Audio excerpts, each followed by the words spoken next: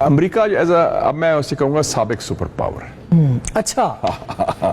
دیکھیں super power کا ایک روب دبدبا ہوتا ہے. بالکل. ایک زمانے میں بش نے کہا تھا, پریزیڈنٹ بش نے, واٹ وی سے گوز, جو ہم کہتے ہیں وہ چلتا ہے, کہ ہم فیصلہ کرتے ہیں. تو امریکہ نے ایران کے خلاف جو جارحیت کی, دو نیوکلیئر طاقت نے ایک نان نیوکلیئر ملک پر حملہ کیا جو غیر قانونی بغیر جواز تھا, اور ان کو مار پڑ رہی ہے.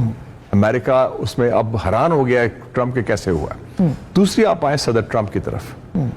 ٹرمپ کو پھنسا تو لیا اس نے. اب ان کا خیال تھا کہ یہ نیتن یاہو نے ان کو کہا تھا کہ جناب یہ تو 3-4 دن کی مار ہے, ہم نے سب کو صفایا کر دیا. تو قیادت کی صفایا کے باوجود ان کے قائم و دائم رہے ہیں. اور آپ نے دیکھا کہ لاسٹ ویک ایک ٹیلی فون کال بھی گیا جے ڈی وینس کا. جی بالکل. اور اس نے کہا کہ اس نے کہا بڑی سخت باتیں ہوئی ہیں نیتن یاہو کے ساتھ. جے ڈی وینس اس کا ہے ذرا بیڈ کاپ, گڈ کاپ بیڈ کاپ ہوتا ہے نا, کہ بھی تم سخت میسج کنوے کرو. یاد ہے زیلنسکی کے ساتھ بھی اس کی بحث ہوئی تھی. تو اس نے کہا ہے کہ جناب آپ نے تو وعدہ کیا تھا پریزیڈنٹ ٹرمپ کو کہ یہ ہوگا, آپ نے تو کہا تھا 2 دن کی مارے, آپ نے تو مروا دیا پریزیڈنٹ ٹرمپ کو.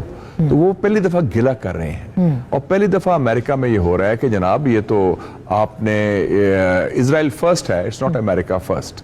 تو یہ اس جنگ کے بڑے ڈیپ امپلیکیشنز ہیں.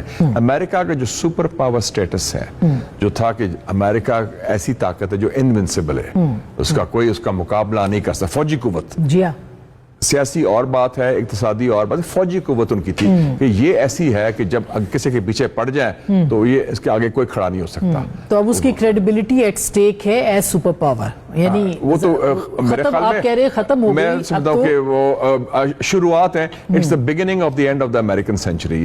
Very important. اللہ تعالیٰ کا ایک اپنا نظام بھی ہے. بالکل بالکل.